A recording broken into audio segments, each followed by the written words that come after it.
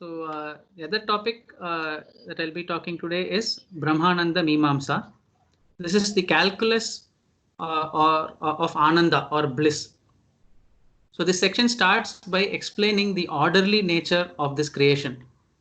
One of the most fundamental questions is that does God exist? The most logical way of explaining the existence of a superior intelligence or God is by observing this order. If we look at a pot, we definitely know it was made by a potter. We can obviously distinguish it from a lump of clay. Similarly, when we see an ordered array of sticks laid on ground, we infer it has been laid by someone.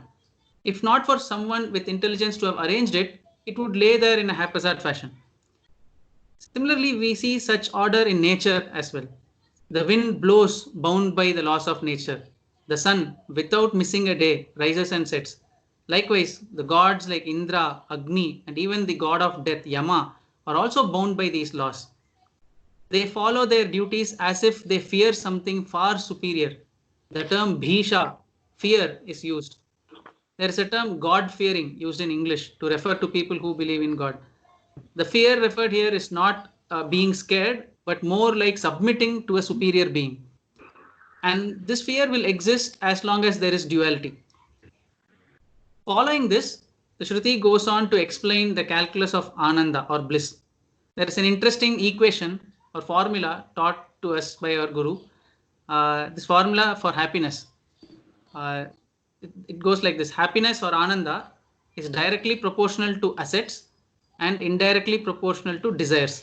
So it's like assets divided by desires is happiness. So to have Ananda, one can either increase the assets or rather reduce the desires. For example, one may wish to become the richest man or a billionaire. So this is a desire to amass as much as wealth as possible. But to achieve this, it's not easy and it's not in our control. Even if he possesses a great amount of wealth, because he still has a greater desire, he may not be happy. However, if one desires to possess only what is required to lead a normal life, then anything that he gets more than his need brings him more joy. Now, let us suppose hypothetically there is someone who possesses this entire world of wealth. We will define the amount of happiness he would get as 1 unit of human bliss, Manushya Ananda. Now, 100 units of this human bliss equals 1 unit of bliss of Manushya Gandharvas. Now, 100 times of that bliss is the bliss of Deva Gandharva, and 100 times of that is the bliss of Pitru. Now, 100 times the bliss of Pitru is the bliss of Devas born in heaven, and 100 times of that is the bliss of Karma Devas. 100 times of the bliss of Karma Devas is the bliss of Devas or divine gods, and 100 times of that is the bliss of Indra, and 100 times of that is that of Brihaspati, and 100 times of that is that of Prajapati, and 100 times the bliss of Prajapati is the bliss of Brahma, the Hiranyagarbha Brahma, the Satyaloka, who is the first Jiva.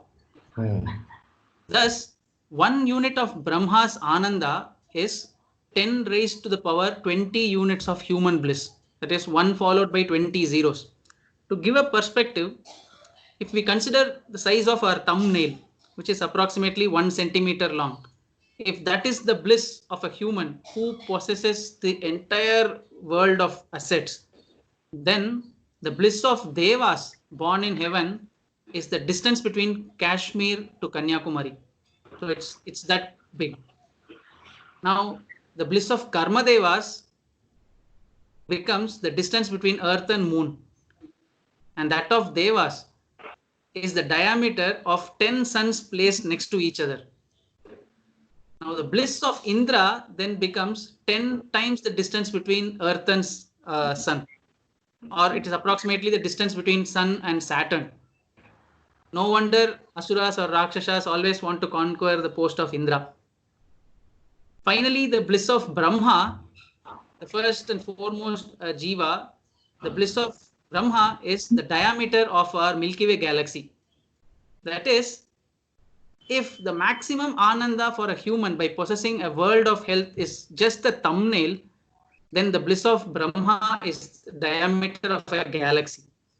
Now the bliss of Brahman, which is absolute bliss, is infinitely greater than even the greatest calculated bliss. It is important to note that in each step, the verse Shrotriyasya cha akamaha tasya repeats. It is stressed that the same level of bliss is also experienced by a Shrotriya, the one who has learned the essence of Vedas and who is also akamaha, that is unafflicted by desires. So let us recollect the formula. Happiness equals to assets divided by desires. So if we want 100 units of happiness, either we can accrue 100 assets, or by reducing the desire to 0.01, one achieves the same level of happiness. Finally, Shruti reveals the Mahavakya, where it concludes, the one who is in a jiva or a human, and the one who is in the sun, the self-luminant, brilliant one, who is Brahmaswarupa, are the same.